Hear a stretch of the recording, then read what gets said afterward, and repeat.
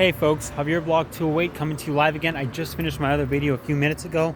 I'm here to share thoughts with you about the the coronavirus vaccine. All right, so as some of you well know and some of you don't, I'm just going to be very, very honest with you. I have chosen to abstain. I have not gotten it yet. I have taken heat for choosing to abstain. I have, I gone into fights for it, almost lost friends for it, etc., etc. You know how it goes. Sometimes I have to hide it because of how, things are these days. And like I said, the decision is not a permanent set position. It is a temporary set position until I know more. And I'm here to share some views on how my thinking on it has evolved since the vaccine came out. So at the moment,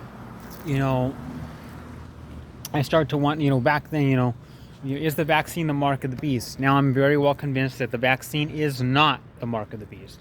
All right. So is the vaccine a precursor to the mark of the beast? Look what's happening in New York.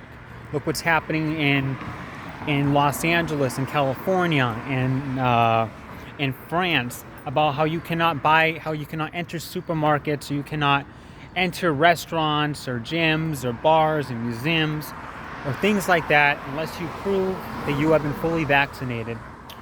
The Bible says, he who does not have that, that thing, he cannot buy, he cannot sell. Well, this is what I'm convinced of right now. We're seeing more and more stuff, vaccine passports and green passes come out saying that you have to show proof that you have been vaccinated in order to enter venues or businesses or things like that. And they're trying to expand that, but it's not expanding that fast. So there's a theory I have here. Is the vaccine a good thing that's being used for evil? Maybe this was a real life-saving vaccine. Maybe this vaccine really does protect you from the virus, from coronavirus. Maybe cases are really declining because people have chosen to get the vaccine.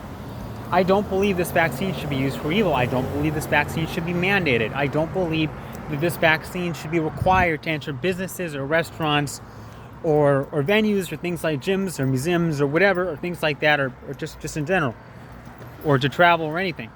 I don't think you should be required to show proof of vaccination to enter it. And the more they start to require proof of vaccination to enter businesses and travel and all that and things like that, the more I'm just going to say I don't want to get it. I choose to abstain. The more hard they push the vaccine, the more hard the ads push it, the media, the president, all that, things like that, the harder it's pushed by everything, by friends and family, peer pressure, talking about, rejecting unvaccinated people from society and all that, or banning them from work or things like that, the more I'm going to choose to abstain. The more hard they push it, the more I want to abstain, because the more I know that there is some kind of agenda behind it. Now we got to ask, is it working? Are cases really declining because of the vaccine? Well, sometimes it seems like the answer is yes. Other times it seems like the answer is no. I was watching hashtag David Pacman. And for the last couple days, he's been showing statistics saying the nationwide cases are declining and declining and declining.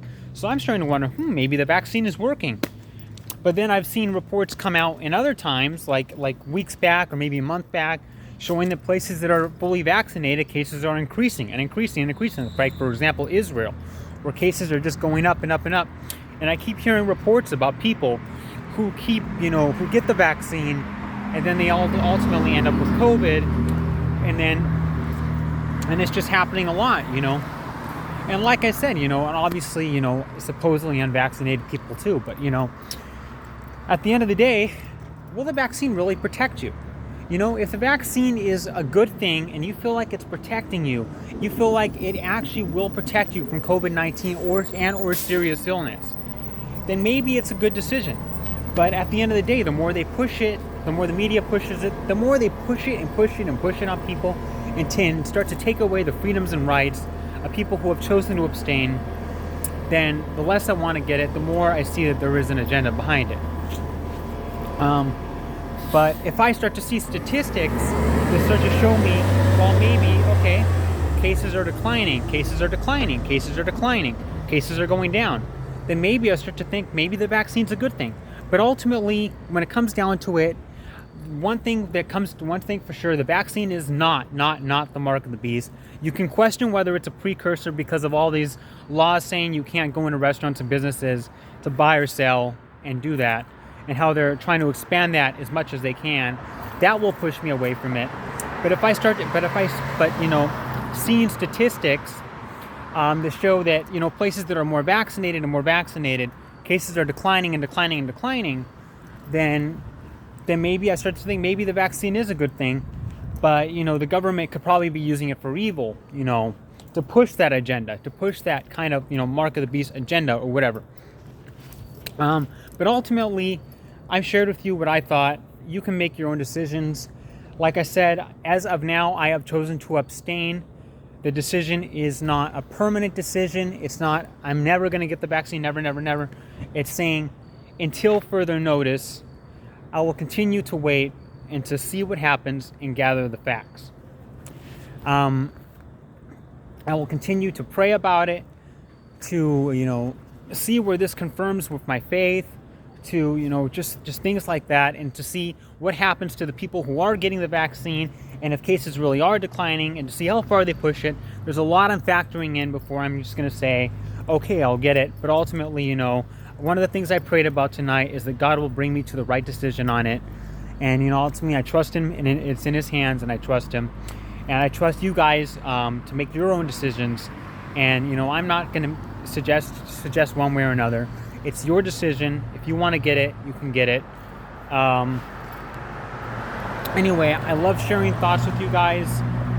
I appreciate you guys watching. Thank you for watching. This is Javier Blog 208 live from Washington, D.C. Tuning out.